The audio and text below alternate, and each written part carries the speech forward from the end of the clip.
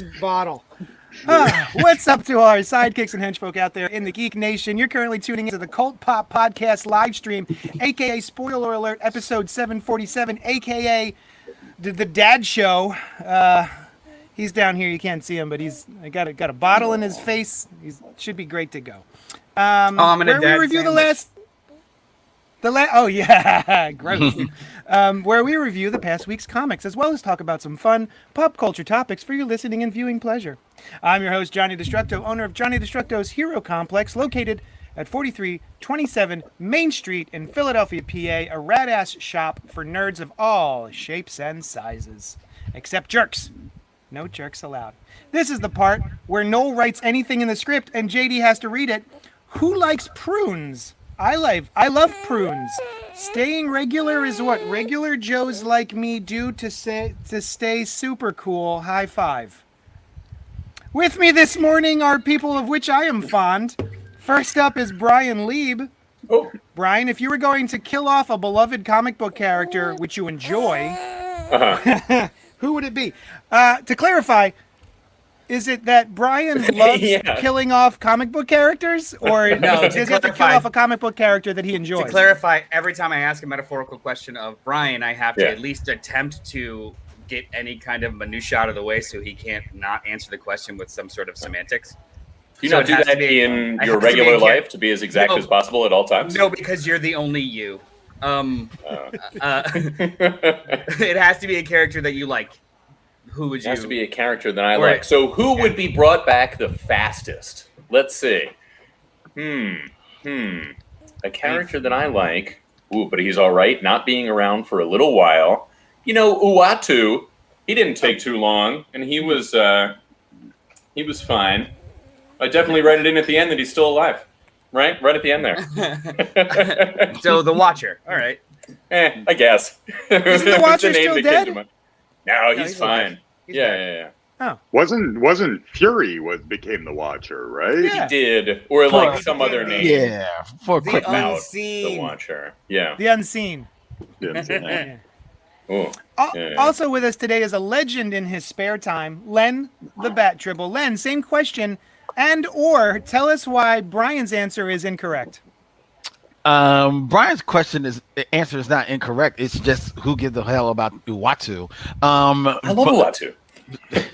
Brian does. That's the answer. You would be. Brian's the exception to every rule. Yes. Brian.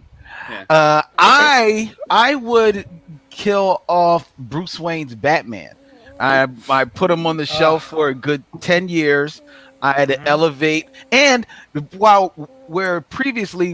as much as I loved Dick Grayson as Batman, I wouldn't make Dick Grayson Batman.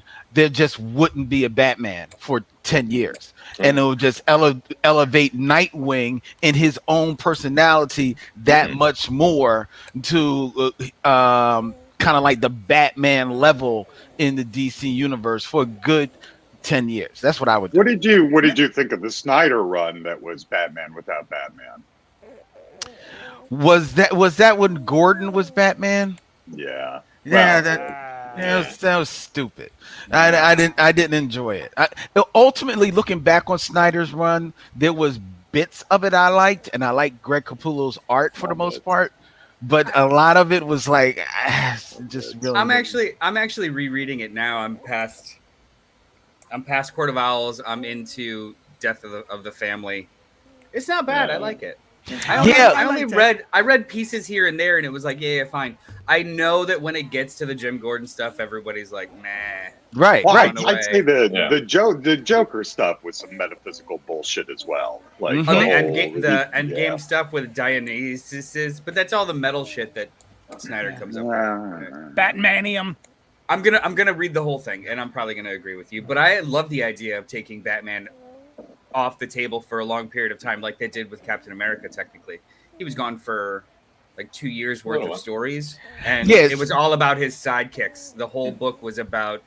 Well, I mean, there was. Wait, but there was a Captain America at the time, like when Bucky was Cap. You mean? Right. Well, I know, but like the book and that was like 12 issues. Like he didn't become Cap right away. He kept denying it. But the books itself were all about the ensemble trying to fill the void left by Captain America, which to me was almost more. It was a better way to talk about the importance of the characters when you take them away. No, and how everyone tries to fill in. And I enjoyed that. I loved the hell out of that Captain America.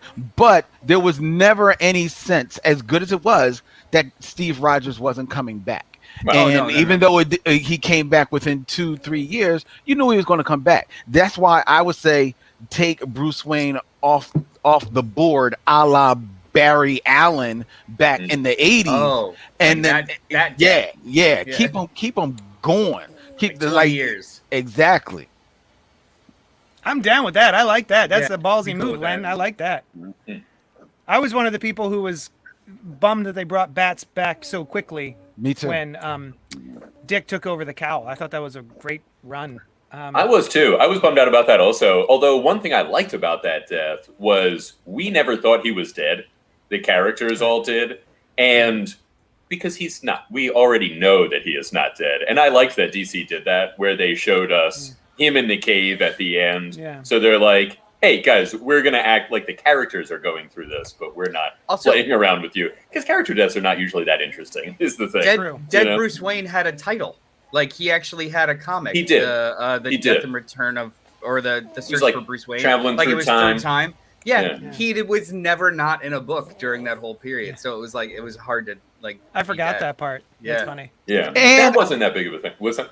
I will push back on you, B, that character deaths are... Would you say they're usually not that big a deal? I said they're not that interesting.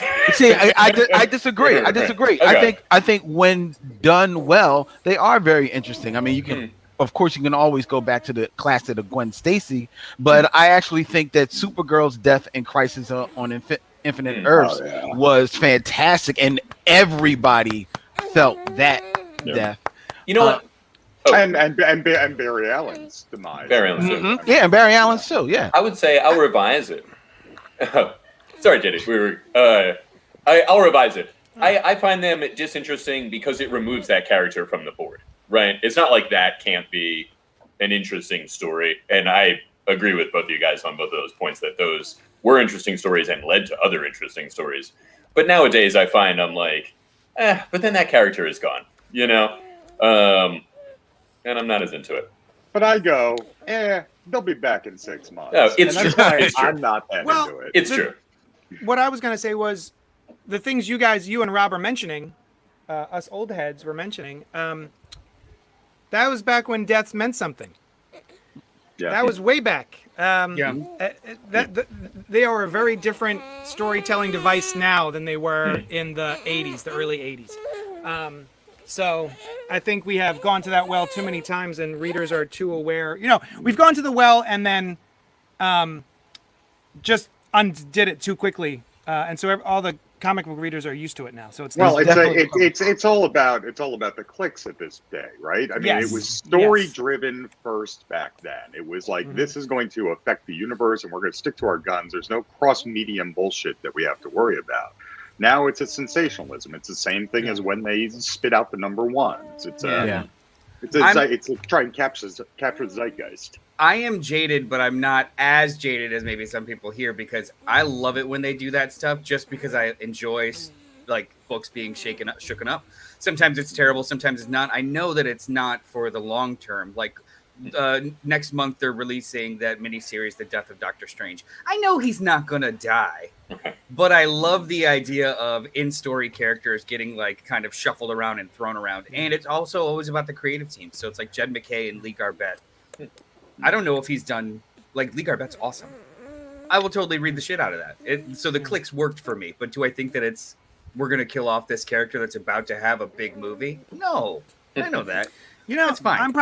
I feel like I'm one of the only people who liked All New Marvel Now, or whatever the hell that was called, like, stupid name.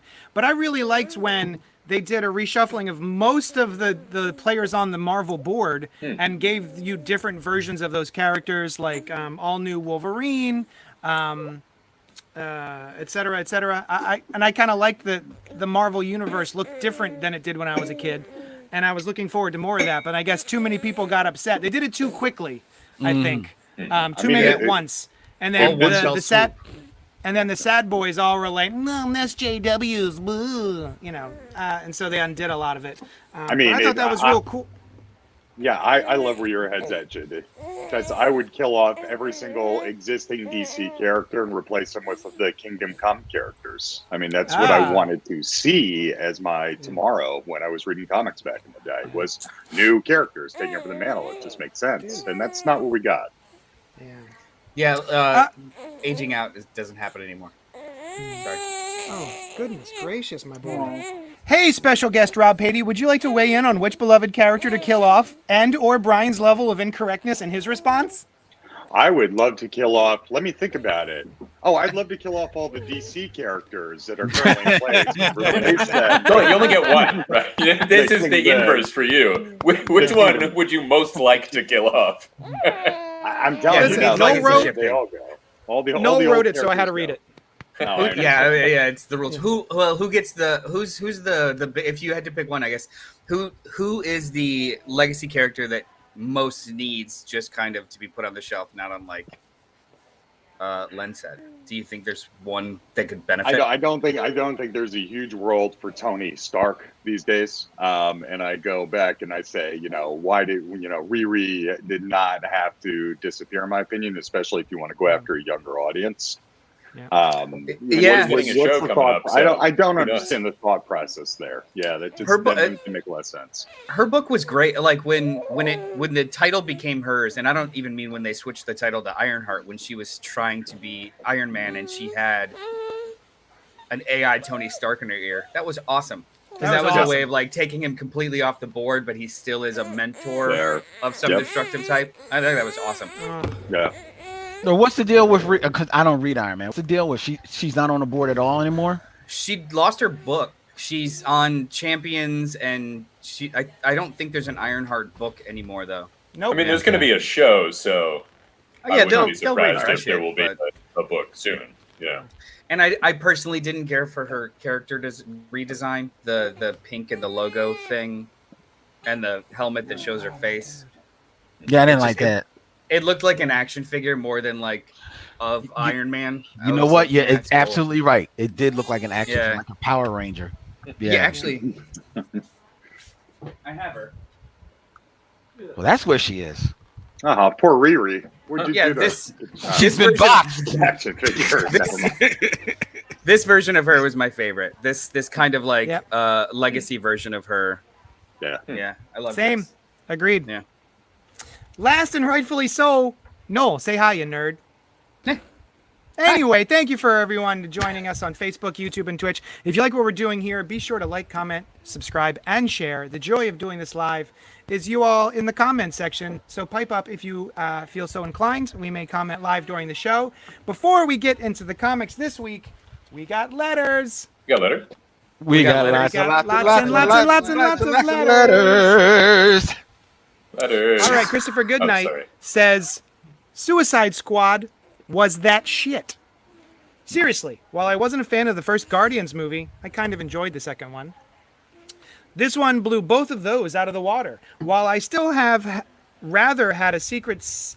while I would still have rather had a Secret Six movie, it was still greatly entertaining. I love the way it played with time and the way he used the captions on screen. I even enjoyed Kinnaman's portrayal of Flag this time around, and I usually can't stand his face. Of course, King Shark was a highlight, as well as Starro. But there's a lot of great smaller hero teams that could use a movie like this. Secret Six / Villains United is one. The Shadow Pact or Day of Vengeance miniseries is another. Also, I'd love to see Nightwing Year One adapted as a movie or miniseries. Also, I wanted to say, I know Len is critical of weekly issues and thinks we should switch to trades only, but I can't imagine waiting 6 months or so for a new trade of Basilisk, Nice House on the Lake, Department of Truth, or Something is Killing the Children. They make the first and last week of the month worth waiting for. Chris St. Saucy, good night. That's an excellent email, Chris. Thank you so much. I loved it. That was delightful. I agree with you. I was just reading Nice House on the Lake today, and I wish there were more of it. But I'm enjoying the which is stretching out the mystery of it. Right, the pacing of it coming. The pacing. That's a word. Thanks. Got you. Good email. Good email. There was, speaking of that, an update to our previous conversation about Amazing Fantasy. I don't know if you guys saw. You remember we were talking about, hey, this really feels like a larger size, thicker book. They are almost immediately coming out with treasury editions of Amazing Fantasy, which has Cap and Spider-Man and Black Widow in a fantasy world. Oh, cool. Yeah. What do you? Hey. Yeah. Hey. What's What up? do you guys think of the treasury editions? I really like them. Yeah. Wait, what? Did the super oversized like collections? Yeah, Soft- I have a couple. Yeah, it's like a soft cover, but with like Yeah. a reinforced cover a little bit. Yeah. Yeah, And I think even this is just collecting the first two and then the second two and then, Oh, that's weird. Yeah, right? No, I like that. I don't can't like say that That's for weird. sure. I can't say that for sure. We could look further into that if we want, but it's a possibility. Now, if I remember correctly, The History of the Marvel Universe by Mark Wade and Goddamn. Wait, what's that Javier about? Rodriguez was printed in a treasury edition, which we gifted to Glenn, the Bat Tribble. And I feel like it's his favorite book. It's your favorite book now, right? Interesting. And you can feel that way. It's wonderful. Do you want me to get it? I threaten and I promise. I think we should make this whole podcast just a read through the history of the Marvel Universe. It's a delightful story. And then I just was keep wondering going how over we could and get- over it. I was wondering how we could get less viewers, so I'm glad you brought Oh, it you know what? Quality, not quantity. It's true. That's true. But That- better viewers. Yeah. Do your Yeah. part, viewers. Shit.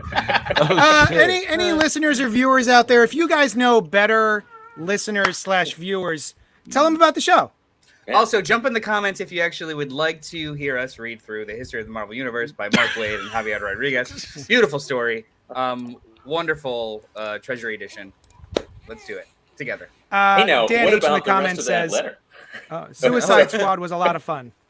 I agree. We are going All to right. talk about it at length. Yeah, we're going to do 3 books, and then we're going to get right into the Suicide Squad movie from James Gunn. Here we go. The Me You Love in the Dark #1 from Image Comics, written by Skottie Young, with art by Jorge Corona. Writer Skottie Young and artist Jorge Corona follow up their critically acclaimed series Middle West with a brand new haunting tale. An artist named Ro retreats from the grind of the city to an old house in a small town to find solace and inspiration without realizing the muse within is not what she expected. Fans of Stephen King and Neil Gaiman will enjoy this beautiful, dark, and disturbing story of discovery, love, and terror. This issue was the first 2 minutes of a horror film, and then it was over. Was this? My mistake was I thought one of the 3 books we were going to review this week was Nice House on the Lake 3 by James Tynion the Fourth. And boy, it was meaty and great, and it took me a while to get through, and I was really enjoying it. I can't wait for the next issue. And then I got to here, and I realized, oh, I read the wrong book. So let me just open up the book real quick, and I'm done. Oh, I finished it. I finished the book. I think it was just like the whole issue was just like 1 page, 2 sides. It was very thin. It was a leaflet. It was a trifold, like a menu. And now it's over. It's off to a fine start, I think. It does feel like every other haunted house story I've ever encountered, where we have a writer or an artist or someone who needs to get away, and so they rent a new house or they buy a new house, and then they need to go there for Inspirata, and oh my gosh, it's haunted. I can't believe it. I'm curious to see where it's going. I'm going to read issue 2, but so far it's fine. Who's got something to say? I got something. Brian. So I thought, very similarly to you, JD, it was, you're in it and then it's done and you've just gotten to the beginning, I felt myself thinking of the one that we read for last week, or maybe 2 weeks ago, with the guy who buys the house, and it turns out there's this ghoul there, right? I liked this one better. I felt the problems of that less, not zero, but less with this one, where I was like, okay, for whatever reason, I feel a little more like in the story, very slightly, but not a lot. I felt like this could have been done in the front and back page that you described, JD, with a little kind of montage. And, you know, maybe one of the reasons that these creators don't employ that is that when you're writing the story, it's very live in your head and very real. And so you wanted to, and it seems so different from other things that have existed. Whereas a lot of this isn't different from other things that have existed, and you can tell it in shorthand if you want to, you know. However, and I'm just realizing now that this is also a similarity to the last book, I don't know that this will be a horror book. It seems more like this spirit is maybe going to be a positive force in her life, or they will be a positive force in each other's existences. I could see it being a romance, actually, the way we've started. Noel had his hand up, and then Rob.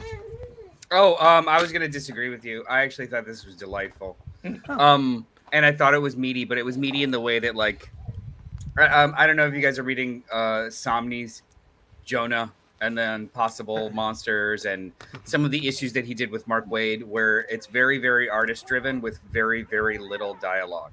So this book felt like that, like just the way it was paced, you could breeze right through it. But if you go back and just do it again, it just really works. Was it meaty? No. Was it revolutionary? No. But it was. I found it to be sweet. Like. Yeah. I'm sorry. I may have misrepresented my feelings on it. I think it's off to a fine start. It honestly just felt like 2 pages, and then we would have the Me You Love in the Dark logo, and then we would start the story for the rest of the issue. You know what I mean? You know, similar to the last one, they gave us a tease of the next one here. In the last comic, they gave us an overview, so you knew what you're getting, you know, coming up. I liked the minimal. So she is the only main character.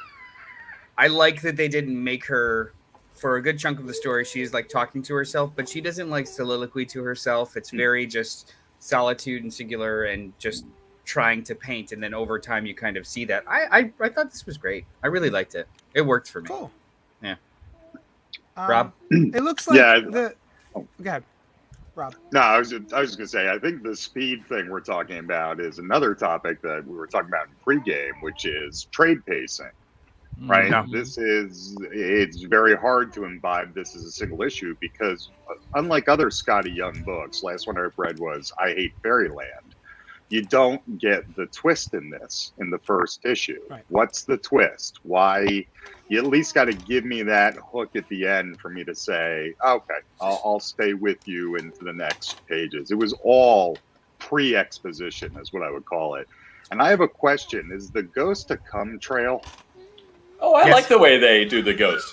Those two are not mutually exclusive. That's music. That's music. That's not a come. It's a snail trail. Just like music is messy in the air. Yeah. No, yeah, that's a visual representation of her listening to music. Yeah. Not I thought it was both of those things. No, the Ghost was kind of music. It's the music, and that's why she reacts when she hears it because she knew that she didn't play it. So it's the music. It's not a comment. Also, all right. The neat thing is, if you look at this middle panel, it looks like maybe I'm wrong here, but it looks like it's a physical representation of even the type of music, because I think it's some sort of gothy dark music, because this trail looks like a graveyard. Oh, that's interesting. It looks like tombstones. The one with the cross tombstone supports that a lot. Yeah. That's why I thought it was a manifestation of the Ghost. Yeah. No, that's just music. Yeah. I get that it's music because you see it coming from the record player. So I did realize that it was music, but I could definitely see where you might take it as something else. I actually think. Go ahead, Rob. I'm sorry. There's a panel later on where it's following her again. It's a few pages in. All right. Yeah. Okay. Yeah. No, I definitely thought it was both of those. Like I thought it was coming out of the record player and part of the Ghost manifestation.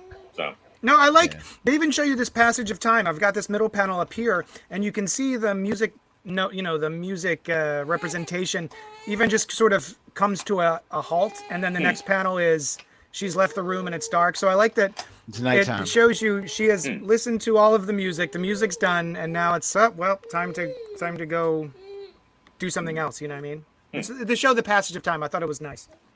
Yeah, I actually thought that the book kind of like no, I think that it's a very slight book if you just read it first glance, but then if you take your time and settle in on the artwork, this is a very subdued Skottie Young. This is a pulled back Skottie Young as opposed to it's not Skottie Young. I mean, not Skottie Young. Well, okay, well then there you go. Well, that's why it's different. Well, but even still, pulled back. But even still, his writing is still a lot more frenetic than this. So this is definitely more tailored and more mannered. And I, for the most part, while I agree with JD that this definitely feels like chapter 1 of a bigger book, and I think that the reason why it feels like it maybe is elongated a little bit too much is because this is 32 pages. Maybe if this is 24, 26 pages, and maybe it's not, but 32 is like, there's a couple of beats that kind of like repeat in here. But overall, I still did enjoy it. And I do think that while it's not necessarily a hard hook, I think there is at least something subtly different in that, like you said, that this could end up being a romance. That these both seem to be benevolent towards one another, her and the spirit. So, ultimately, I think it's like you said. I think sweet is a perfect word for it. And considering like a lot of the horror that we have been reading and the creepiness or mystery or gore that have been in some of our comic books, I think this taking a slightly different path, I think is cool.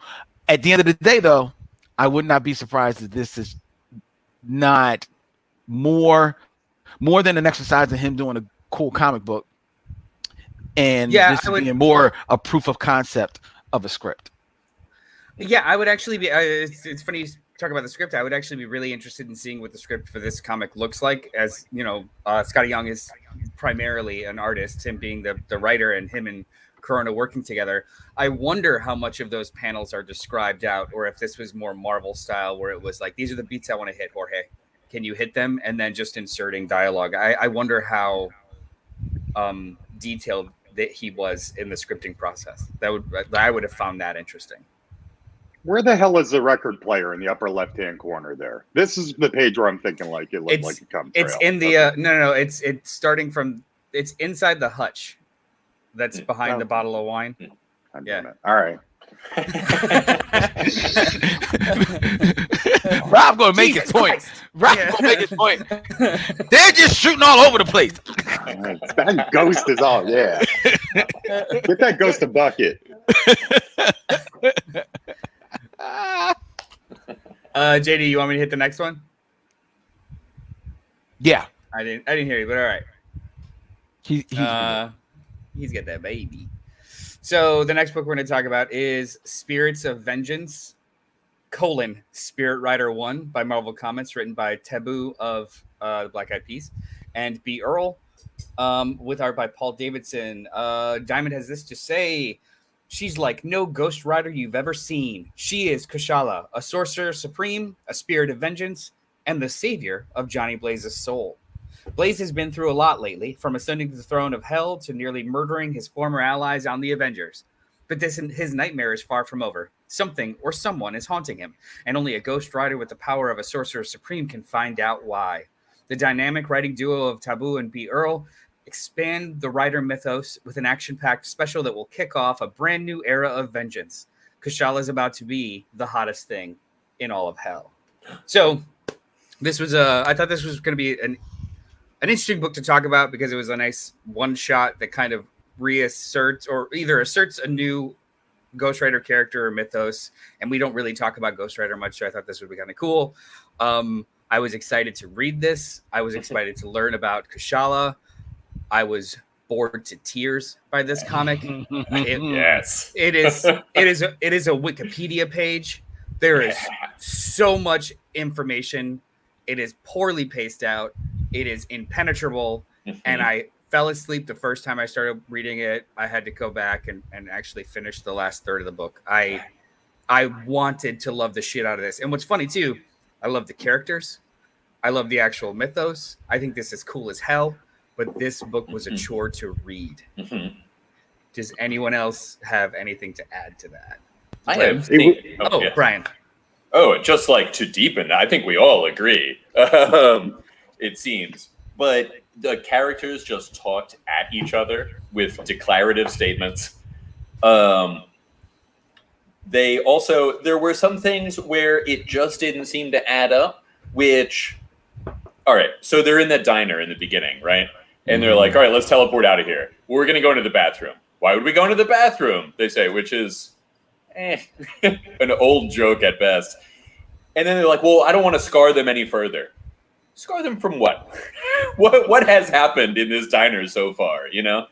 And they, speaking of pacing, they get to the point where they're like, okay, we're going to have to go through the air, fire, water, and earth of Johnny Blaze's soul. And at that point, I'm like, all right, so that you've laid out what's going to happen in the story. Thankfully, we don't have to go through all four of those things. That part was kind of interesting in the backstory. Yeah. I'm showing the climax of the book, which is 17 text boxes against black and a glyph that's full page bleed. I didn't even really look at the glyph, I got to tell you. Now, the art I did enjoy. I did like the art. But pacing-wise, when you're trying to actually, like, give the audience an aha, you don't do it with a 600-word essay in a comic book broken into boxes and then information that you can't decipher in like I did the same that you did, which I rarely do, is stop reading a comic in the middle of it and go, and I was like, you know what, maybe I'm like tired, or I could hear this like thumping from a neighbor's sound system, and I'll come back to it. Because I'd give it its due, you know. Yeah. So much. Yeah. It's like an issue of Heavy Metal magazine meets an infographic. I mean, that's nice. all I could think the whole time I was reading this.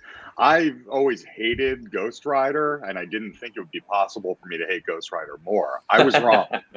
Wow. I love Ghost Rider. That hurts my heart. But why did this make you disagree with you? Why did this make you hate Ghost Rider more, Rob? All right, it made me give less shits about Ghost Rider, I guess, because they're the Sorcerer Supreme. Oh, they're the Ghost Rider. Oh, they're a butcher, a baker, and a candlestick maker. Let's just keep some lines of delineation here. She's also out of time. That's true. Of course. She's been chilling. She's from the 1800s, and since I guess whatever series she was introduced in, which is I think the Sorcerer Supreme, which is like 5 or 6 years ago, she's just been chilling in present day since then. And we interrupt her having brunch with her girlfriends.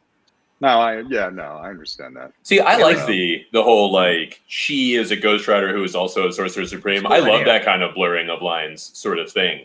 But it didn't help me enjoy this comic.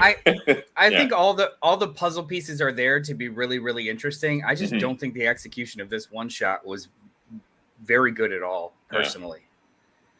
And it's so much stories crammed in. Like, this could have easily been a 3-issue something paced very well with actual action beats and not just, like you had mentioned, Brian, just characters talking at each other in expository, declarative sentences. It was just so stilted, right? It felt stilted. Very much so. Yeah, but that being said, considering how boring this story is, I'm glad that they got it over with in one book as opposed to stretching it out across 3. So I'm fine with that. Unlike B, I did not enjoy the art at all. No. I thought the art was murky, messy. I'm not going to say that it's not professional, but I thought that the panel layout, some of the panel construction, some of the acting within the characterization was just poor. I don't get the bit of going to the bathroom to teleport out. Why not just walk through the door and then all of a sudden disappear? The people are already scarred. Well, not necessarily scarred, but they're already looking for flashes of light because Doctor Strange has walked into the diner and sat down and said, "Can I get a cup of coffee?" So they already are like, "What the fuck?" So give them the damn more show. Curious about why all three of you are going into the bathroom. Exactly. Why Doctor Strange teleports away. Now we know what Doctor Strange is. And now we know what's going on. Like, get the fuck out of here. Just give them the show. Like, flash it, shit. Get the fuck out of here. And then she's out of time. So, so she has to adjust to what's going on, but yet one of her first lines of dialogue is talking about frat boys. That doesn't sound like somebody that's out of time, but then later on she seems to have syntax and pronoun troubles with the way that she's speaking, so it's very inconsistent there as well. Like you said, the infographic then Wikipedia is spot on with this story. I'm tired. I'm so fucking tired of every fucking character now has to have 9 different versions of them. So there's a spirit of vengeance. There's a spirit of depression. There's a spirit of this. You don't see that much. Get the fuck out of here, man. I would actually read the spirit of depression before I would read the spirit of vengeance. All right. Now we're just dunking. I feel like this is a weird editorial mandate of, hey, we want to use this character in a better way later, but you need to put her in a certain point. So this is like a slapdash smash of like, how do we rectify 2 points of continuity as quickly as possible? And they've done that, but yeah, they've done that in the past. Bane, Bane. I mean, Bane was sort of, we knew he was going to break the back, and they did a 1-issue toss-in of him. That's why the first appearance of Bane before Batman, that's a really rare book, because it came out as just sort of this big one-shot, introducing this masked, what looked like a masked wrestler that we'd never seen before. But it was still great. I mean, they still put a lot of effort into it, even though Bane wasn't going to become a thing for a little while longer.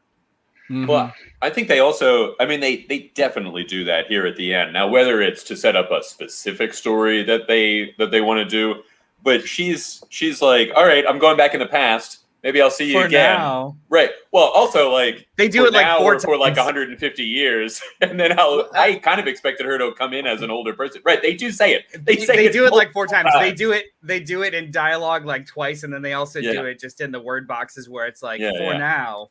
Now, soon, I like where she's ended up. Like, fuck you. Right. I think one of the major issues is this could have been just her and the revelations about the alien planet that is the spirit of... Like, Doctor Strange and Johnny Blaze get in the way of this comic. Like, those... Well, especially Johnny Blaze. His journey is ancillary, and you don't have a lot of emotional weight with his journey. And then you don't get any depth to, it turns out to be her story, really. I think it could have just been her learning the information that is presented in this 17 page. Actually, I'll push back on that, because I like the plot contrivance of whatever is spoiling or possessing Blaze is actually there for her. I think that is in better hands would have been a very organic way of actually merging the 2 stories. And I like how it technically ended up, where she had to actually, like, she had the first half of that thing in her already, and she had to exercise it from Johnny to make it whole inside of her, which is the rest of her journey. Like, those are all like really great plot points that could have been executed much, much, much more effectively. So, like, if this was just described on paper, yeah, that sounds really cool. I can't wait to read what's next. Just this experience was very boring. I agree. I think those elements of that story are really interesting. I wonder if it had just been somebody that we never heard of before, and it wasn't Johnny Blaze, if it would have allowed her to be more the focus of what was happening. Johnny Blaze has been doing a lot of weird things. Like, so he's been very inconsistent in the Marvel universe for a lot. Like, they actually make jokes of it in the solicitations. Like, he was he was the king of hell. He was corrupted. He tried to kill all the Avengers. Like, he's done a couple of really weird things. So I think this is also a way of, again, this is like an editorial mandate, even probably for Johnny Blaze. Like, hey, can you make him normal again? Right, Just right, put him right. back in the box. Let's say he was possessed, and let's bring in this other sorcerer supreme that we're not using. But you know what? Like, it just feels like this was a whiteboard brainstorm session that turned into a comic plot in order to refresh two characters. Well, let's see what she's up to next. Yeah. All right. Can't wait. So let's talk about the last comic we're going to talk about. I think JD's coming back very soon when he can, but we're going to start talking about apropos of the rest of this show, Suicide Squad: Get Joker #1, written by Brian Azzarello with art by Alex Maleev. And I was going to try and time it to where he came back and read it. But anyway, Lunar has this to say about the book. Critically acclaimed and best-selling author Brian Azzarello and Eisner Award-winning art legend Alex Maleev collaborate for the first time in this 3-issue, oversized, Prestige Plus format Suicide Squad series pitting Red Hood, Harley Quinn, Firefly, and more of DC's most villainous criminals against the Joker. When Task Force X's Amanda Waller sets her sights on Batman's greatest foe, she enlists the Dark Knight's former partner, Jason Todd, to track down the clown prince of crime and put an end to the mad reign of terror forever. So, I liked this a lot. I know JD hates Maleev. 12 years ago, I listened to him and Mark Miller go on a 40-minute rant about photo rep horseshit. I went off and played video games for the rest of the podcast. You're on mute. Haha. Indeed. We still can't hear you. So, no retort. Haha. So I was not really looking forward to this book because I'm indifferent to Alex Maleev. I think he blocks well, but his art's not that great. And Brian Azzarello, I typically hate more than enjoy. I think the last thing of his that I actually enjoyed was his Wonder Woman run. So you didn't like Spaceman? You didn't like Spaceman? No. Oh, well, actually, I didn't finish Spaceman. Okay. Is it good? I thought Spaceman was great. Yeah. I think it's very hard to find right now too. I don't think it's in print. Either way, this didn't have a lot going for it, but it's got a lot of weird buzz because some of the choices that Brian Azzarello makes with DC characters is making people very upset. Especially what he's doing with Wild Dog and stuff. So I was like, you know what? I kind of want to read this now because if it is Brian Azzarello being an edgelord shitbag, I want to read it. So I ended up loving it despite myself, and mainly because of the last beat in the book. He does something with the Suicide Squad that I don't recall anyone ever doing before, which is essentially, and I'll spoil it, the button being in the villain's hand. Their target gets the control to kill any of them at any time. And I was like, oh shit, those are stakes, and this is interesting now. And I really want to read the rest of this. This was really fun. What did you guys think? Well, can we hear JD now? I think it looks like he's trying to resync his AirPods, I think. Yeah. Hi. Hey. Hi. There we go. What'd you think about this comic? Oh. It was fine. Actually nice. I'm sorry, I'm having sort of connectivity issues. Everyone's real happy to me, and I don't know how to fix it. But I liked it more than I thought I was because Brian Azzarello writing D characters doesn't always go so well for me. I remember he did Broken City with Batman, and he had like Batman in a woman's bedroom at night doing wordplay and flirting with her, and she was a suspect, and it was just 100 bullets, but like with a bat cowl on. So I wasn't sure what to expect. I really like when people who like Jason Todd, Batgirl, and other characters who have had trauma at the hands of the Joker have to deal with the Joker again. I also like that in this book, Jason Todd came back to life, became the Red Hood, started machine gunning people to death, and then went to prison. Yeah. Because that's what happens. It wasn't like Batman was like, I guess you're sad. It's fine. You just try not to kill people as much anymore, Jay. And he's like, I guess. JT. And he never went to prison or anything. So I like that this is a reality where that did happen. He went to prison for becoming the Red Hood and murdering criminals. So yeah, I thought this was a lot of fun.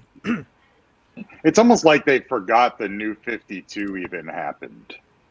Oh, that's what Black Label's all about. Yeah, Whatever I think it's the just fuck- whatever version Yeah. he wants Yeah. to do. Yeah. Brian, what did you think? It had ups and downs. I think I agree with you, Noel. That final beat. I was like, oh, that's interesting. Yeah. That was the part that I was like, huh. The earlier part where they introduced the Joker, there was a big sigh and eye roll when Amanda Waller's like, we're going to kill the Joker. Da-da!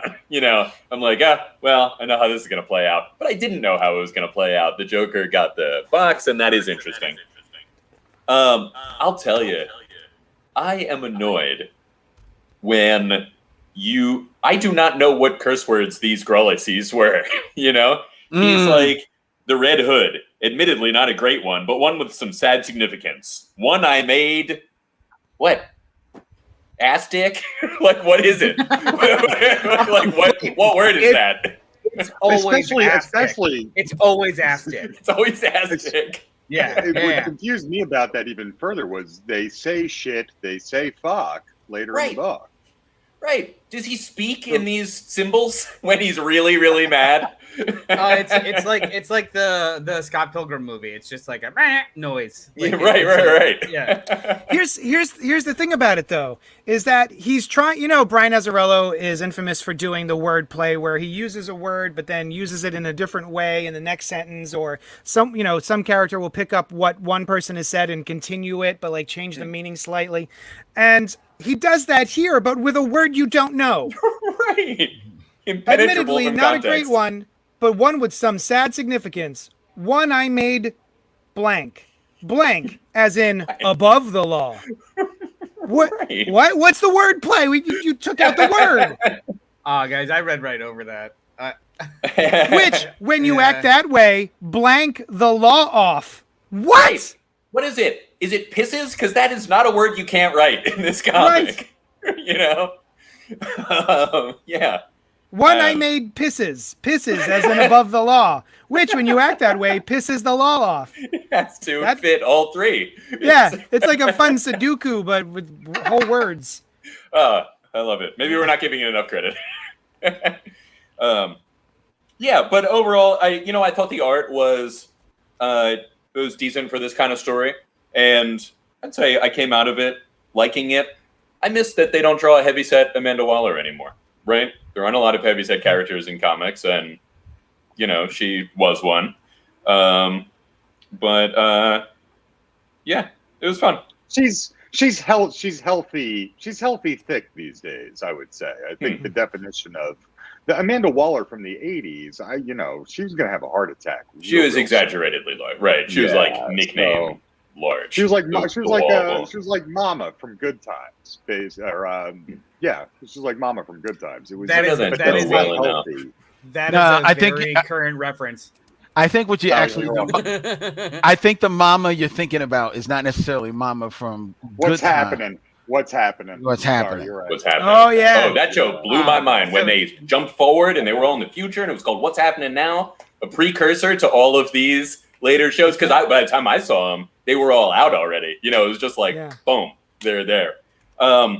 Speaking, Noel, you said that some people aren't too into what they were doing with Wild Dog. I know of one person in particular, the creator of Wild Dog, and I do not blame them. I would be pissed too if I was like, "Hey, I created this character and you turned him into this guy." I wouldn't be happy. I would be pissed if it was my character. However, in this story, I think it's awesome. I actually really loved it. I loved because if you think about the makeup of the whole group, having that kind of dynamic that's in the center of it, capable but also a little crazy, in such a way that I'm the sane one, and not like drooling crazy, but like situational or insane. I think that's really, really interesting, and just kind of giving it to a character that is the most homegrown vigilante even possible, I think is really, really interesting.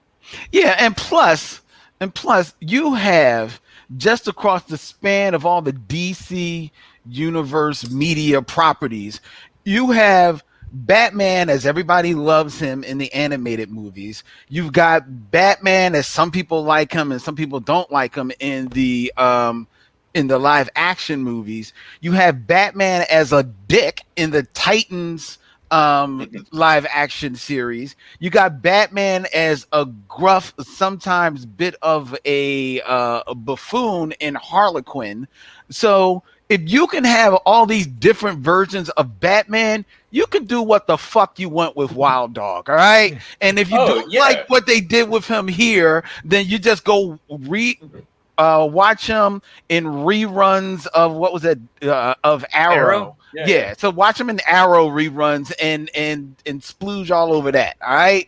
So like nobody was doing anything with Wild Dog, and the character as he was created in the time that he was created does kind of fit to be reworked this way into this story, which is in its own universe. So just pump your brakes and cash your residual checks and shut the fuck up. All right.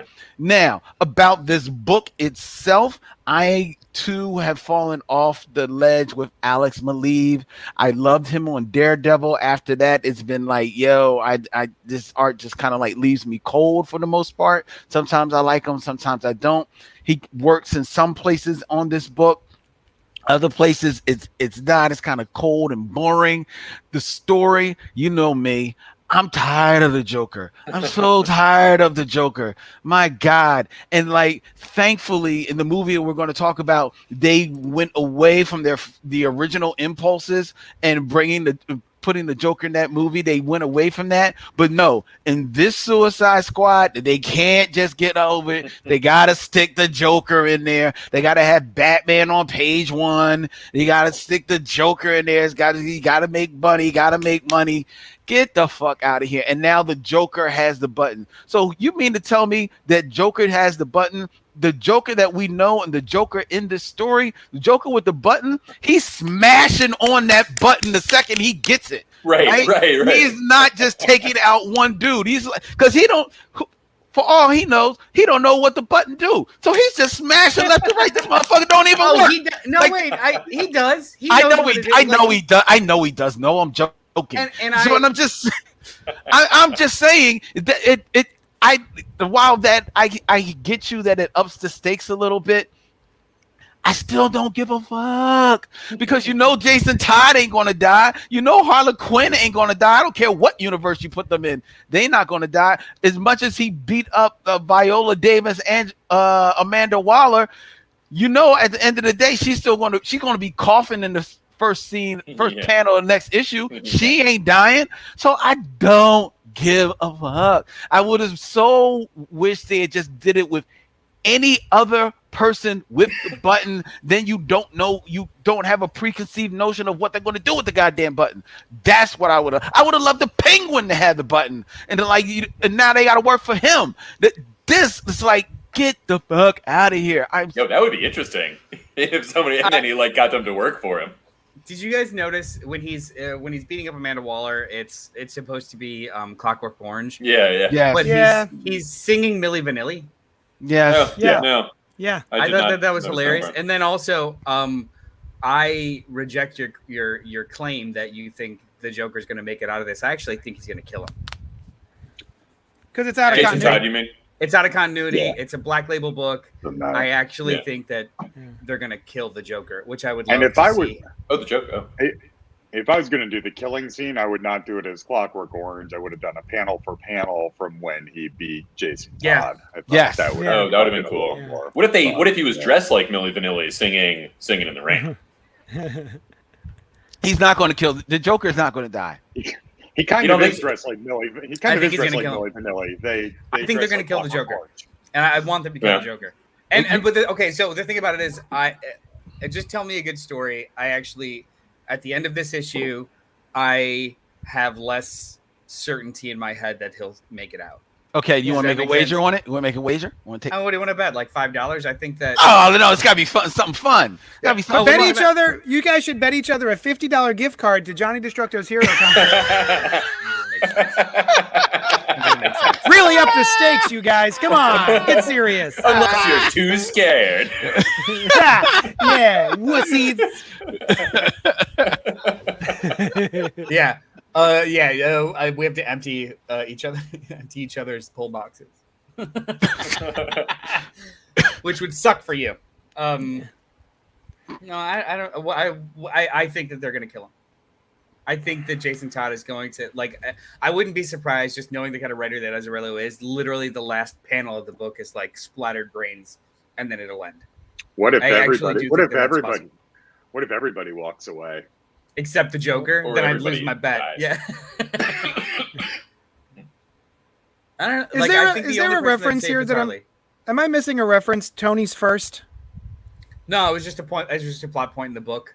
She mentions it as in, do you know where it is? And he just puts it together like, you're in fucking Gotham. Like he just no, it's just a local pizza place. I think that is kind of. I could be wrong, but I think there might be a New York, like a famous New York pizza place that is not Tony's first, but it is kind of similar to that. I'm not sure though. They do. They mention in the Spider-Man game, actually. Peter, on a couple of times swinging through the game, will mention. Yeah, there's one mission where they mention the 3 pizza places in Lower Manhattan. Oh, okay. Yeah, and one of them is blah blah blah. Anthony's first or something. That threw me off because, from what I could tell, there was no previous discussion about pizza. Yeah. And then she's having a conversation with Jason Todd, who is on a mission. Right. And mid conversation, she goes, "What about Tony's first?" Yeah, that was weird. What? With the pizza place? Yeah, you like it? Yeah. What? Also, she's like, I'm hungry. Delivery's here. Like, she's already decided on and ordered Tony's first. Yeah. Oh, guys, I read that whole scene as her just giving him clues as to where she is. Like, it was just code. Like, oh.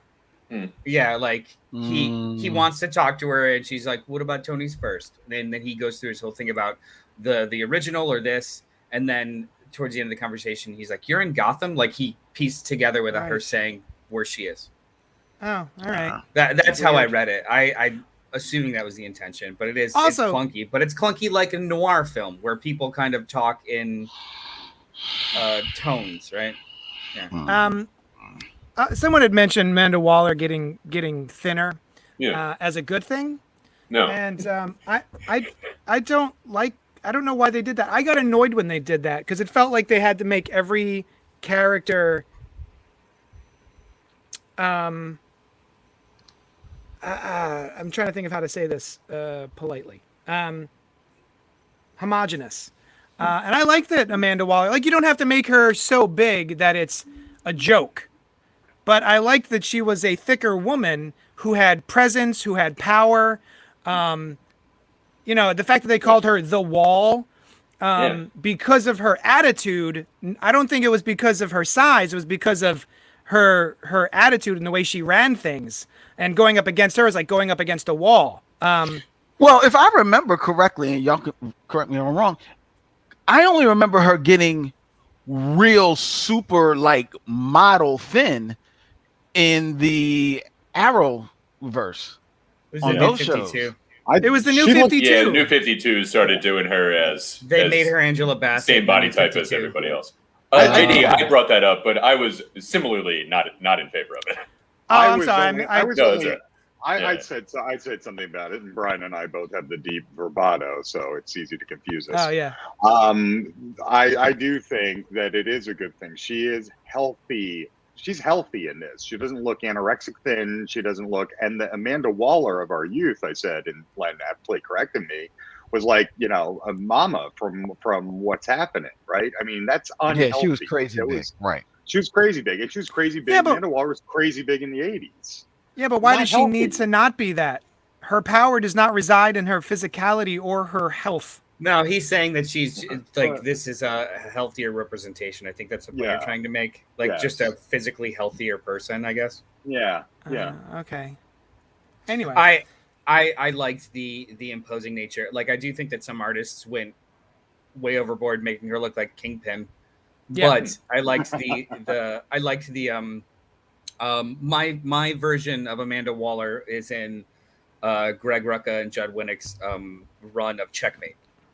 Like that wonderful post Infinite Crisis Checkmate series, and Amanda Waller was just a larger, imposing woman, not a fucking like massive shadow like the Kingpin was that some artists made her out to be. And then after that, it just kind of changed. Yeah. Yeah, and I'm sorry, I got a personal thing right now because I've been somewhat unhealthy in my life, and I've got to get a defibrillator installed in a couple weeks. And maybe if I shed a few pounds for a few years, maybe I wouldn't need that extra help. So it's a personal thing right now too. Sorry. Oh, gotcha. Well, don't be sorry. You're good. And I like her appearance in here because it's modeled, obviously, to my eyes, if not maybe everyone else, after the present live action representation of Amanda Waller, Viola Davis, as seen in the Suicide Squad. Was that the Suicide Squad, you say? Oh, was that a movie? Film? Wait, before we get into it, I don't know if Brian wants to talk about how to support the show. Oh, I would love to, but I never like to do it without an invitation. So patreon.com/Johnny Destructo is an excellent way that you can go on the internet and give money to the people on the screen here for doing this show. And, well, mostly it just goes directly to JD, but he is the one with the show. So, that's how it goes.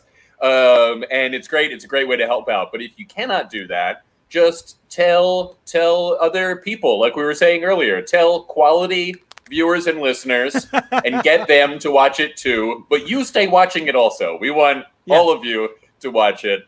And like and subscribe and do various ways to let the world know that this is a show they should watch. Yes, just scream it. Scream it around a table. Scream it with puppets. Yeah. Scream it with puppets, I think, would be a great catchphrase, JD. Yeah. Let's work it into every puppets. Show. Scream it with puppets. So before we move on to the Suicide Squad, an action figure expert says they probably made Amanda Waller Kimmy because of Angela Bassett pleasure in the Green Lantern movie. Yeah. Portrayed. He always has the autocorrect. Yeah, I think he does. Is he doing talk to text? Is that he what's does happening? He does talk to text. Yeah. Holy cats! And that then is Robert around Monroe when Jr. he came in. Robert Monroe Jr. says old Amanda Waller was grossly obese, walking diabetes and hypertension, two things that are killing the black community. Very true. But then action figure expert responds, "You guys know that some fat people can still be healthy, right?" But not on average. That is true. I think all of those things are. Yeah. That's just interesting back and forth. I like that. So let us move on to the Suicide Squad. Ooh, is there a note? I didn't look at the notes. Let's see. There's notes. I looked it up. I got the notes. Here we go. The Suicide Squad, written and directed by James Gunn. The government sends the most dangerous supervillains in the world, Bloodsport, Peacemaker, King Shark, Harley Quinn, and others, to the remote enemy-infused island of Corto Maltese. Armed with high-tech weapons, they trek through the dangerous jungle on a search-and-destroy mission with only Colonel Rick Flag on the ground to make them behave. Starring Margot Robbie, Idris Elba, John Cena, Viola Davis, Joel Kinnaman, and more. So, why is Len laughing at me? Idris. It's Robbie and Idris, right? Idris and okay. Viola. Well, just say their name. Margot Ribby. It's Margot Robbie. Robbie. Idris Like Gail Gadden. Elba. Yeah. And Weedris Nalba. Yeah. And Joel. I'm fine. Joel. The W is invisible. Joel- Anyway, the movie. Listen. Yeah. They're They're lining people up. in it. They're lining up the guests on the show right now. Ladies and gentlemen. So, yeah, there was a movie. And it was called Suicide Squad, and it was terrible. It was one of the worst DC movies, which is surprising in a laundry list of terrible DC movies. But then they got James Gunn, and James Gunn said, I'll make you a Suicide Squad. And then he did it. And then it came out, and we watched it. And Nolan and I actually went to a theater for the first time since COVID. I was riddled with anxiety the whole time, but it was a good movie. I enjoyed the movie. It was fun. James Gunn, I think, brought a lot of the James Gunningness to the film that I was hoping for. Wait, before can we talk about the theater experience though? I want people to know the mitigating factors like how we mitigated risk. Like we picked a theater that has a new ventilation system. We checked the seating chart that there would be nobody within rows of us. Like it was only and we went at noon on a Friday, like during the middle of a workday, and we interacted with literally no one. There was only 16 people in the 300-person auditorium, and it was delightful. I was still riddled with Masks on the whole anxiety. time. Yeah, I know. I'm trying to let you know it was probably safer than you operating your store. Oh, fair. Yeah. But hey, what did you guys think of the movie? I thought it was great. Yeah. I really enjoyed it. I was several months ago was not really looking forward to it at all. And then over the past couple of weeks, I'm like, this looks kind of interesting. And I heard it was real gory and there might be some animal cruelty. And I was like, oh, all right. And then we said we're going to watch it there's like one bird. But then there was revenge. Yes, it's true. Revenge. And who knows? Maybe that bird was a jerk. The big jerk bird. They don't get into it. Little jerk bird. He was a little tiny. When people say flip the bird, that's the specific bird that they were talking about. They he's such a flip him dickhead. over. Yeah.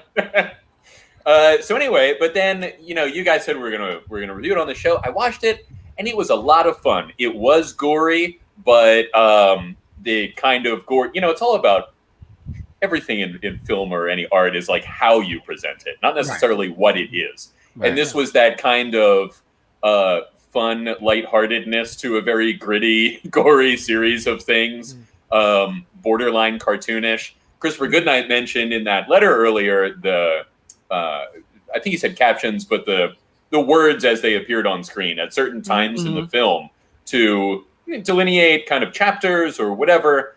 Really well done, especially one scene where it is made up of the old things on top of buildings. You see these words favorite. And then he zooms in. Yeah, me too. I think definitely one of my favorites, if not my favorite shot of the film. He zooms in and they become just whatever things they are and lose cohesion as the words. Kind of reminded me of those sculptures where, there's like a bunch of garbage, but then the shadow is like a kid with a balloon or something, Right. They're very cool sculptures if anybody has not seen those, or it's like two lovers kissing, but it's a pile of garbage is the actual thing. Very cool. So yeah, it was a ton of fun. I don't think the story was really all that compelling or super present. Well, let me ask you which story. There were three stories in this. So we got Harley Quinn, the basic overall Suicide Squad, right? And then the Idris Elba, Ratcatcher, or Bloodsport and Ratcatcher. Is that that's what you're saying? It's almost the chapters they could have been separate movies. It was almost like we got, the first 3 issues of a 6-issue series. If I was trying to equate this to comic books. So yeah, I mean, it's sort of that beginning story. Starro felt like a whole separate movie to me. Yeah, when they finally get to the Starro part. Yeah, and I think those chapter breaks, I read those as issues. So yeah, I think there was multiple layers going on. Mm-hmm. Yeah, it was very comic-y as it played out. You know what? I hate rats more than Idris Elba. Is that how you pronounce it? I hate rats more than it's Idris. I hate you rats. You can't get too close to the sun.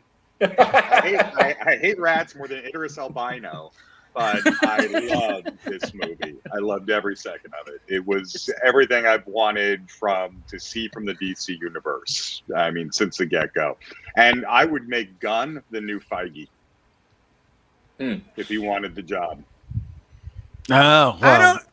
Marvel never let that happen. But In the same way, I don't think Zack Snyder should be in charge of different properties within the DC universe, or really any at this point. But I'm not sure James Gunn has enough different styles that his direction would work for multiple properties. Noel? I'm gonna agree with Rob, and only because the idea of a Feige is really just an overseer, like a group editor, Right. Like a showrunner sure would be for a TV show. Because if you like, James Gunn only makes a certain type of aesthetic. However, he is like a student of film and gets all of the references in a very nerdy kind of well-rounded way. So like just connecting dots for other filmmakers, I actually think that would be kind of cool because he's a deep nerd. Like this was all inspired by John Ostrander, Suicide Squad, and it's there. You know, he moves the camera as well. And if I look at the difference between this Suicide Squad and the first Suicide Squad, we get those comic moments and those camera feels because of how he makes an action-oriented camera. He's done it with Guardians of the Galaxy. It's what the first Suicide Squad was missing. It was like a 3-camera, just very static shoot, a proscenium arch, if you will. Gunn moves the camera in, and that first shot with Waller, right, when they kind of start the punk music and then it starts spinning around. That's comic-y as fuck. I mean, I could see that in all movies. Yes. There's a featurette on HBO Max about the cameras that they used, and it was fucking revelatory. Like it is so cool. Like they used all of these tiny, well, like by movie camera standards, just something like this big called the red cameras. So like that shot at the beginning of the movie where it's in a puddle and then it flips and it's actually Michael Rooker sitting upright. That was all physical. Oh, that's cool. yeah, no. I thought it was digital that they just kind of like inverted. No, me too. Like they shot the puddle reflection with this tiny camera and then actually like inverted the picture and just like moved out. Like that could not have been done 5 years ago, let alone 10, 15 years ago in film. And I think that's awesome.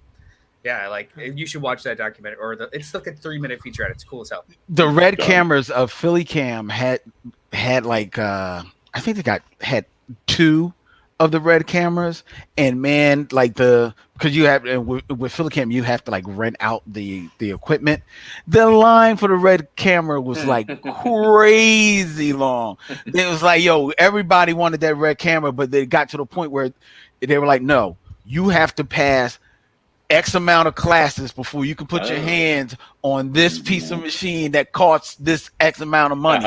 Like, because no, you're not just taking this over to Joe's barbershop so you can shoot, somebody getting their hair braided. Nah. So, the reds are no fucking joke. Like, as far as the DC movies go, as far as superhero movies go, I love a lot of superhero movies, but there's only been 2 moments, and I can think of right off the top of my head. No, maybe 3 moments I can think of. Okay, now 4 moments. 4 moments.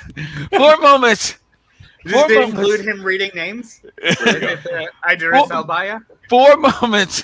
4 moments in superhero in the history, or the most, like this real recent history of superhero movies where I literally just felt like a kid watching the films, right?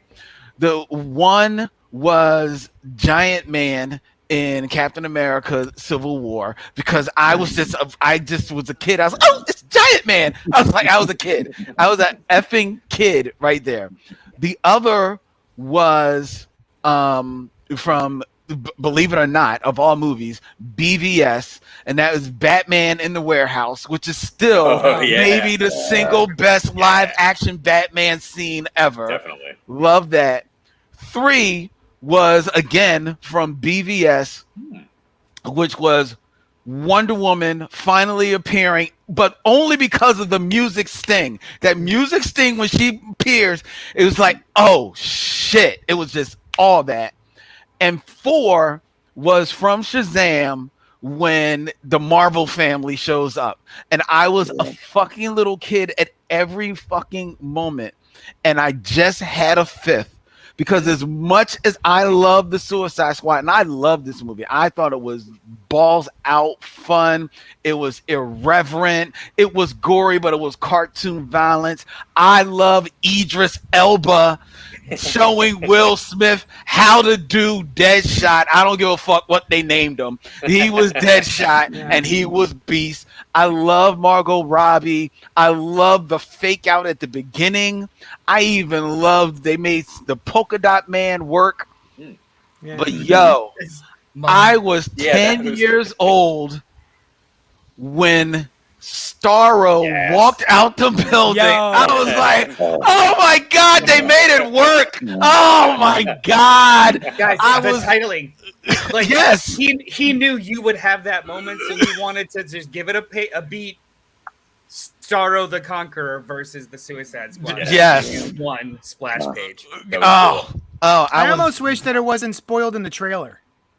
See, I didn't see. That's the reason I watched the first teaser trailer and I didn't watch anything else. Good man. Good man. And while you knew Starro would be a kaiju, what you did not know was just how creepy ass real they would make it. Right. With the vagina underarms, right? On how he makes his star faces. The creepiest was the astronaut footage of how they all, like, with the Starros on their faces, just all look up at the same time and just. I'm like, this is a horror movie. This is a black and white horror movie, and it's amazing. No, I want to point out the what I loved the most about this movie was its subversive nature. Like, it is a punk rock is probably overused, even though it's pretty apt. But this was a trauma movie in so much as it's very, very specific. It's very, very subversive. It's very, very cruel, but with a wink. What's that reference? Trauma Entertainment. Yeah, they did the Toxic Avenger. Oh, okay. Man, like fully independent genre nastiness, right? And this has that they gave him $200 million to make that, and I thought it was just wild. I don't know if you could pull this off more than once. This was just great. And Idris Elba, I never doubted that he could be a leading man, and he has been for a while, but in this genre was still wonderfully surprising. Like, he could have just grimaced the whole time and it would have been like passable, but he just shoots for the moon, and I loved it. And I even loved Joel. I was telling JD, I don't want them to kill Flag because I like this version of Flag. And but even the way that they did it wasn't cheap, and I fucking loved the scene. I'm like, I did think it was cheap when Peacemaker walked away. That bugged me a little bit. I do too. Yeah. But that means TV show coming. And that speaks to be fair, that does speak to John Cena's portrayal of Peacemaker, because I think John Cena was actually very good in the movie as well. But I do think that it is a cheat to big up Flag as much as he was, to rescue him from the dreck that was the first Suicide Squad, and then they killed him off, but then to have the person that killed him off to like ride off, and now he's going to be the quote unquote hero in another thing. I don't think they're gonna make him a hero. So like that murder scene of him, killing a hero of his, because he literally calls him a hero the scene before. And then I think the cat just walked in. That's creepy, sweetie. I love you. Put it down. It's fine. Yeah. But when he kills him and he dies, Cena's performance, like literally crying, realizing what he did, and then powering through to be thorough. It's almost like a switch was flipped, and then him being killed, I think, is a cool character moment if they decide to explore it in the show. And the reason why I think that I don't mind it in the show, and I don't think they're going to make him a hero, is because it's the same creator and the same writer Like James Gunn wrote all 8 episodes of the show and directed 5 of them. Oh, I didn't. Right. know So, That's cool, it's they're not going to just like someone else is not going to backpedal and try and hero orgasm this guy. It's gonna be the same asshole who murders people in their sleep. That was great. Amazing. That was I rewinded it 4 times. Yeah.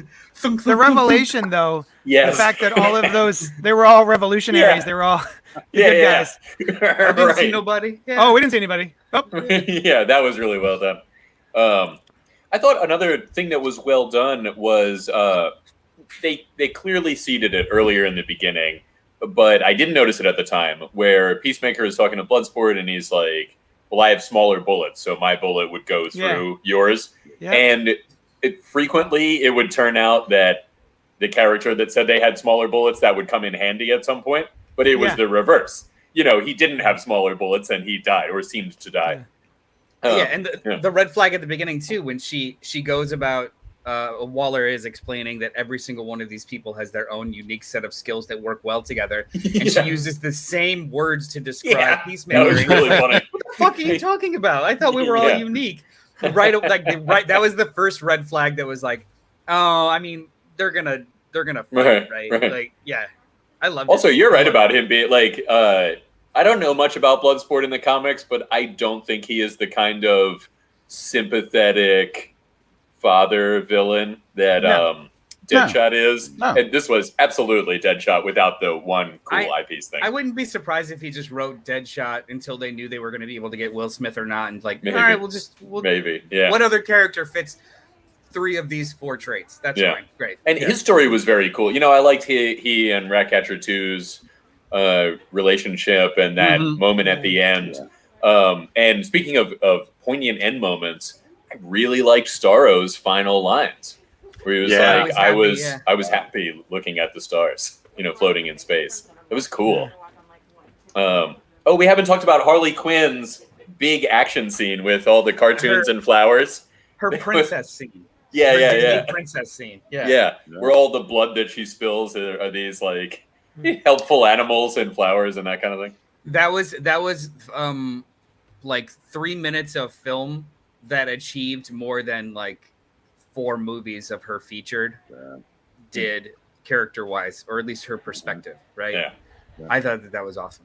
Yeah, I thought she was really well handled. So I didn't see the first one, but I heard that people weren't super into. It's wonderful. Give it a shot. Okay, yeah, that's the impression I've gotten. Hashtag release the Ayer cut. All right. But I really liked her portrayal in that, and that moment where she, they see they're like torturing her. She's in prison, and the one guy leaves, and I'm like, she's coming, and and then it does, and she breaks her way out. That was awesome. I think her action sequence in Birds of Prey was actually better choreographed and more fun and more innovative. But really all that they do for this one is the animation, which is cute. The way they show her perspective, I think, is really nice. And it was still fun, but it's just hard not to compare it to like specifically the bat when she flings the bat in Birds of Prey, and it does like this ricochet sort of Daredevil's Billy Club kind of move. She's always great. I think she's Margot Robbie's awesome. no joke. Yeah, man. She does a really good version of Harley Quinn too, wherein she's crazy, but in like I really like her characterization. You know what I mean? She's in an interesting place in her development. She's like the thing with the red flags, and she's not falling for it anymore. But also, she had some of the best. Right. Yeah. And just like kills that guy, which I thought was an interesting turn. And then it's like, oh, I can't believe that had a bullet in it. And it says I am walking back and forth, which was one of the best lines of the movie. Walking back and forth. To clarify, I actually think that she's been great in all of these movies. I just don't think that any of the filmmakers that have had those, like, we've had a long conversation about Birds of Prey and my mixed emotions or my mixed feelings about it, but I still don't think that filmmaker, Kathy Yan, really utilized her in the same way to kind of show a perspective or a growth that this movie does. And I think that that's awesome. Like, she's always been good, but this was like the perfect alchemy of featuring her in a way that could like show that, or without egg sandwich jokes. Yeah. I also liked her jacket. Live hard, kill, or live fast, die clown. I didn't notice that. Live fast, die clown. Yeah, that's cute. I was just going to say that two things. One, to Noel, I get what you're saying about her characterization in here. I too have mixed feelings about Birds of Prey, but I think this film doesn't have to do the heavy lifting of Birds of Prey as far as with her characterization. This can be more of a summation of that. So I'm just going to give it, give Birds of Prey at least some props for trying to develop her character while also introducing other characters and kind of like build a whole team. Yeah. Well, she doesn't. The problems I had with Birds of Prey had nothing to do with Harley Quinn, actually. Right. But I think, and I loved her action scene. I loved it. I loved the animation. I loved everything about it. But the best part of it, and the part that keeps rewinding in my mind outside of Starro, is when she comes out onto the street and she looks, and it was perfect. Talk about moving camera, because it was perfect. It was like a comic book panel, and you see Bloodsport and Flag run across the street, and Bloodsport has his mask on, a t-shirt and khakis, and he's just running. I cracked up. I rewound that scene about 4 times, man. And then he does the slow Adam West crawl up the wall. the delivery of the line, "That's patronizing," is the funniest thing. I like that made me laugh. Like, I actually rewound that because I think in the trailer it doesn't have the weird voice modulator that it does in the movie. Like his dialogue, so sometimes it's a little hard. I had to rewind it. Like, that's patronizing. And my wife, the two moments that my wife had like visceral reactions was the red flag scene when Harley shoots the dude. Like, we watched people's heads explode and get ripped apart and murder civilians, but that was the scene that made her go like, holy shit, like cover her mouth. Like, this is a movie she wasn't expecting at this point. And I was like, yeah, this is good. You can actually have character growth in something wild and stupid here. That's why I keep thinking of like the subversive nature of trauma movies. Like, they're gross, they're gooey, they're stupid, but there's like always a nugget of weird and effective character motivation. Very true. Or execution. Yeah. And it's like, why did this stupid fucking movie made me feel? This is good. Like, this is great. Yeah. There was a lot of Dan H mentions a great line from when they're introducing the sort of B team that we think is the A team that all get taken care of. He's a weasel. He's harmless. I mean, he's killed 27 people. It's a lot of fun in the beginning. The way that continues is even better too. He's like, I think he's volunteered. We think he's volunteered to be here, and he's just like, right. We think so. It's cool. And then him just drowning is the best. Yeah. Although, did you watch the end credits? Did he stick around? Yeah. Okay. I'm trying to I watched it twice. So I saw it in the theater with JD, and then later that evening I asked my wife if she wanted to watch it. She was like, meh. So I played it anyway, and within 10 minutes she was in. I'm having trouble, and maybe it's just like the new fresh smell. I'm having trouble coming up with true negative or cons about this movie right now. Like, immediate rewatch, it has aged well. Catching extra things only enhance. There's no holes. I mean, I think that it's a slight movie technically, but it's not something. But they don't. That's not a feat. That's not a bug, right? Like, that's kind of nice. I mean, technically they saved the world, but they saved the world by convincing this crazy guy that his mom is a kaiju. So like, it's still subversive and slight and stupid at the same time. I thought this was delightful too. Like, I saw an article that said, well, Harley Quinn didn't have much impact on the plot. And I was like, well, who cares?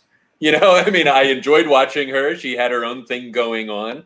well, what does it matter if she did or did not affect the overall story? You could even say that's more realistic.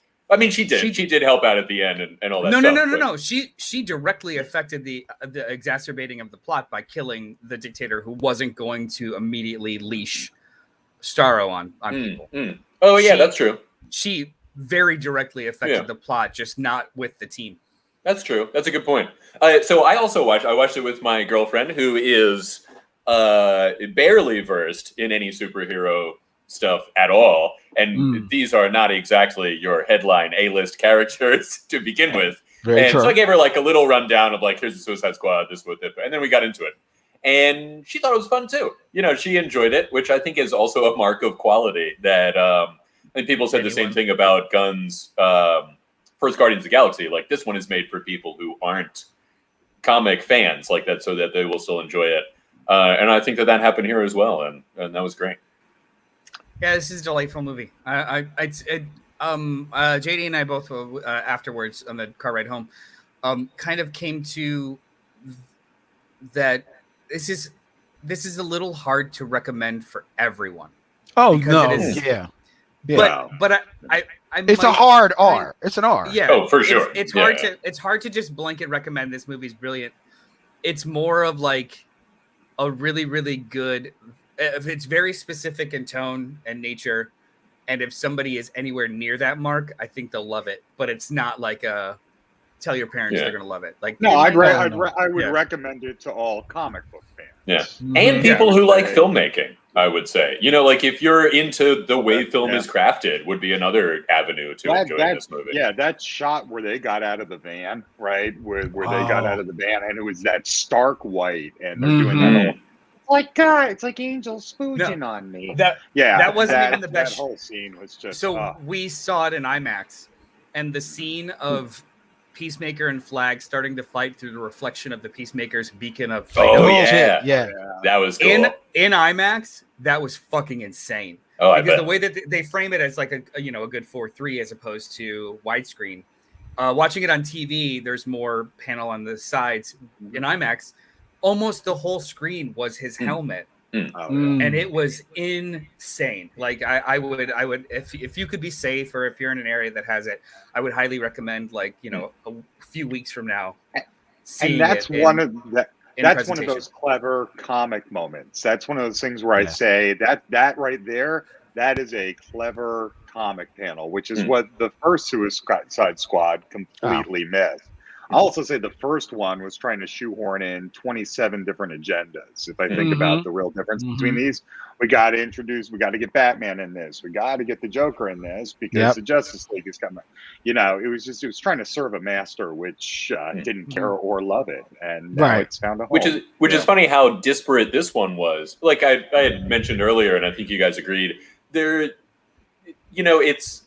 not much of a story, right? There are several different stories that are like very personal stories, and those are the real meat of it, is like, you know, the emotional relationships between Bloodsport or whomever, but the overall action doesn't really, like you said, Rob, it reads as several sub-stories in a comic. I forget why I brought that up, but I liked it.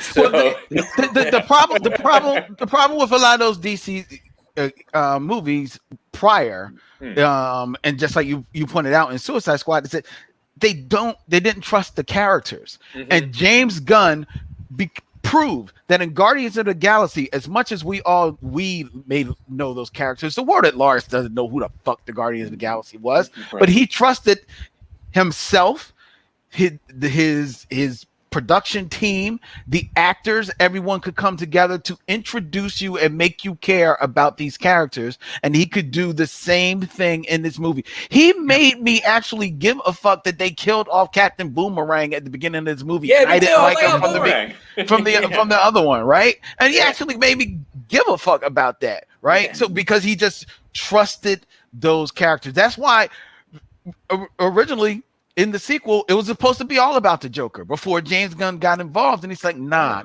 listen, we don't need to shoehorn all that. Let's just trust what we have and put them in a place where they can they can shine. So it doesn't have to, it can be a slight story. You just make it a big dumb action story. It's beats that we've seen before. It's all about the characters and all about how the actors get them over. And that's why this movie does win.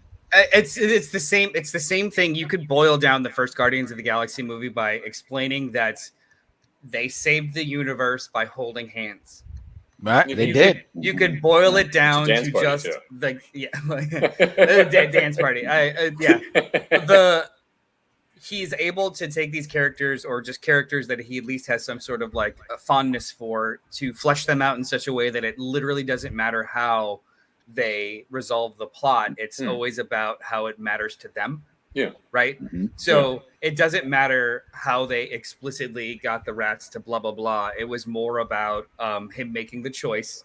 First, we did not talk about his weaponry, which was fucking ridiculously awesome. Like his suit was made of. That one scene where he's like, go, and he's like, I'm out. His suit was literally made of attachments. That was cool. And like from a slingshot to rocket launcher. It was just when he went like about 6 times building up that gun. Yes, that was cool. Yes. Because if I remember correctly, when Bloodsport originally appeared, he had a bandana. That was pretty much. The helmet is cool as hell. Yeah. Like that is the best character design I've seen in a good handful of movies, considering these movies come out every 2 weeks. Yeah. His was a great emotional beat at the end too. Like a great way to end that movie. I was like, oh, I hope this is the final shot where he goes and he pets the rat. Like he had a nice journey. It was very cool. But speaking of that, I actually also like the emotional moment where they cut real quick to the flashback of Ratcatcher with her father and him talking about why rats. And we all of a sudden we have the double feature for Ratatouille. It's the Suicide Squad. Did you notice? And I caught it more the second watch. She's having that memory. All the rats are converging and they're crawling over Idris Elba. Oh, well, yeah. While she's holding him, and they very quickly cut to close-ups of his eyes or his clenched chin, because he's reliving being trapped in a box with rats. Yep. Right. So they're juxtaposing her parental experience with his parental experience for the climax of this movie, and it fucking works. It was cool. This movie is, for lack of a less articulate word, it's relatively brilliant. Yeah, it was great. It was, you know what? It was really solidly well done. What it was, like the source material that it was, and that's something that Marvel really gets. And I think we all agree on this, that Marvel does its comics in movies. And James Gunn presented a gigantic starfish that sends out little starfish that take people over, just like in the comic. And he does it in a genuine way. And that's very cool. That was the James Gunnsian twist to that, because there was redemption from Starro in the past. Sometimes you could get those little things off your face. He made a zombie film. I don't think I've ever seen that before. Once you're hooked into the Starro thing, you're dead. Like that's it. You're not coming back. There's no place. Yeah, it's your face is missing, as they showed on the slab. Right. That's it. That was gooey. That was tough. Oh, another thing that I know you three guys know, but if anybody doesn't, trivia. The Peacemaker is the basis for the comedian character in Watchmen. He's one of the Charlton heroes that Alan Moore adapted. Yeah. Guys, I think we're gonna have to wrap this up because I have to go help at the shop. Let's do it. And final thoughts. This was totally worth watching. Yeah. Anybody else have anything extra to add? Like, if you like, we could literally. If you love Deadpool, you're gonna love Suicide Squad. Yeah. I actually think it's so. I actually, that's the last thing we could talk about. Action figure expert. I didn't want to read that because it sounded like he was having a stroke. So that's why he asked, "Is it like it's got the same tonal kind of features of comedy-ish and irreverent characters?" I actually kind of like this more than the Deadpool films, only because there's much more of an emotional kind of core to it, whereas Deadpool is much more of a there's an emotional core to that movie, but it's very selfish still, and it's very this was heartwarming in various places. This was a heartwarming movie, very contrasted to the subject matter at hand. I still love the Deadpool movies, but I wouldn't compare these. I think this is much more meatier of a meal. Anyway. All right. Thank you for joining us this morning. Where can the people find you, Len? Hey, you can find me at any place on social media at the Bat Tribble or Black Tribbles or Michelle Mission. Holla, holla, holla. Rob? Any place on the socials? Gen Xer? Ask a Gen Xer. Yeah, yes. please ask me. Oh, you guys are watching. Thank you. Yeah. Yeah, at Rob Patey on all the socials, and I'm taking questions. Ask a Gen Xer about anything. What's up? Brian? I am at brianleebdesign.com, and I can be emailed at brianleebdesign@gmail.com. It's a product design website full of cool things that you should look at and bankroll if you want to do your that. eye holes and with your wallets. Exactly.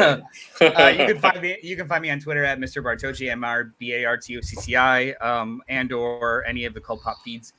Thank you for joining us this morning. We will see you next week. We may be changing our schedule soon, but it won't be that terrible, and we'll let you know as soon as we figure it out. But in the meantime, thank you for listening. Thank you for watching. We'll see you guys later. Go support your local comic shop and see the movies. Love you. Bye.